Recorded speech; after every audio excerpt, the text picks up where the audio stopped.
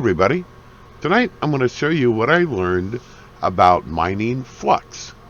A few of the guys have mentioned that mining Flux, and I'm a brand new miner, and so I thought I would give that a try. And when I looked up how to mine Flux on two miners, this is what I found. And I followed the directions, and you see, and I'm using an NVIDIA, I'm using a 2060 KO. They recommend that you use gminer right here. So I did that. I set up gminer and I started mining with it, and it was fine. We'll give it a second to get going here. I was able to get everything figured out. I got my overclocks and all that stuff done, and about the best I was able to get out of it was about 33 megahash, which it'll tell us that in just a second here. There we go.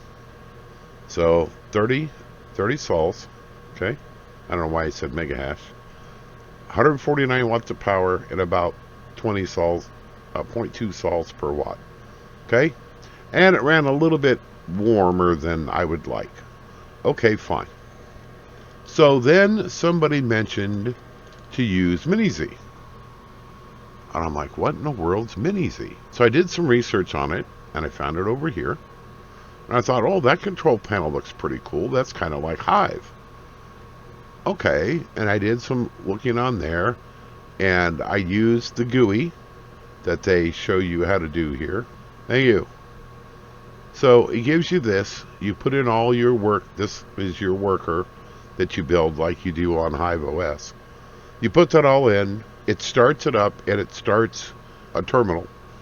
And that's fine. This stays open, so you just click the X and close it, because this stays open like this for you to start and stop it. I just close this, and the miner keeps running. Okay, that's great. And I did add a few extra commands into the miner. So let's edit this and bring it over where you can see it. So first thing I did was I added this little command right here, which says start at the folder that's inside the shortcut. Okay, and I've had to do this to almost every command line miner that I use, and it works just much better. Okay, so then we got our password, we got all that, and then here I added color, and I added the cool UI, which is pretty cool. And then I have it logging out to a CSV file, which I don't need that anymore, so we can get rid of that. Okay. So, I'm not crazy about having to dig through things all the time. So I created a shortcut, and I put it down here in my start menu. Now the way you do that is you just create a shortcut over here in your file folder, and then you put it here in your Windows Start Menu Programs spot. You'll see it right here. And you can rename this to anything you want.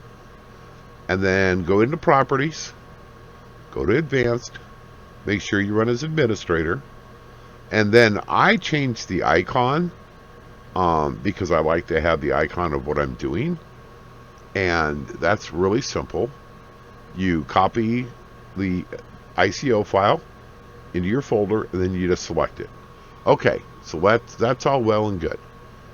But how big of a difference did it really make using miniZ? Alright, so here is the terminal window that you could open, and that looks pretty cool. It's got your pull information up here, your miner, all that kind of stuff, the results of your mining, how many shares have been accepted, how many were late, how many were rejected, and your efficiency of your mining. Okay, and then down here is the active window telling you what's going on. And up here shows your temps, your fan speed, your sols. Now you see it's already up 4 more than what it was in gminer, and it'll go up even more. I've seen it hit 43 sols. I've never seen gminer get past 35.7 ever. The wattage came down just a little bit, and my sol efficiency increased. I've gained roughly 18% return by using miniZ compared to gminer. The other thing that happened, they showed this screen, and if you don't read through the documentation carefully enough, you'll miss that it's over here at this IP, localhost 20,000. And this is really cool. And if you have more than one miner, it'll tell you all that. So you could theoretically use this on any mining rig, right? And you would have every one of them just like you do in Hive OS. So I thought this was really, really cool. I was very impressed that there was an 18% performance increase. And I went from getting $1.15 a day to $1.50 a day. That's a big change. That's a very big change. And we went from 30 sols, I think it was 30.4 sols per 24 hours to 38 that you see here. So yeah, I really like that this is working this way.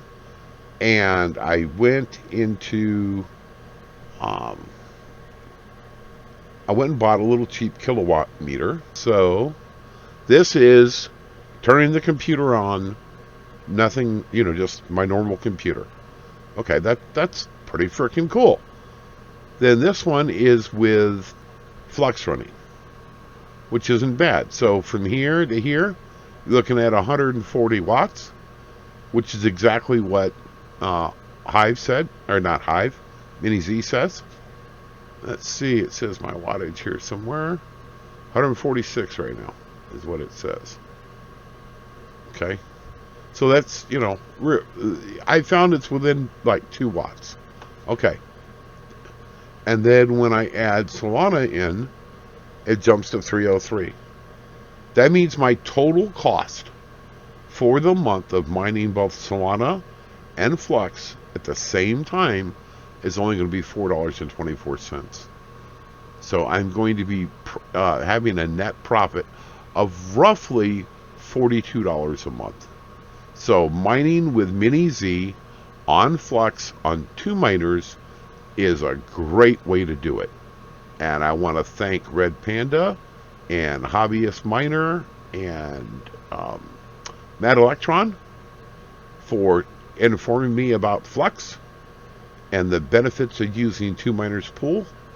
And I hope this helps other people get a few more coins, because every penny counts.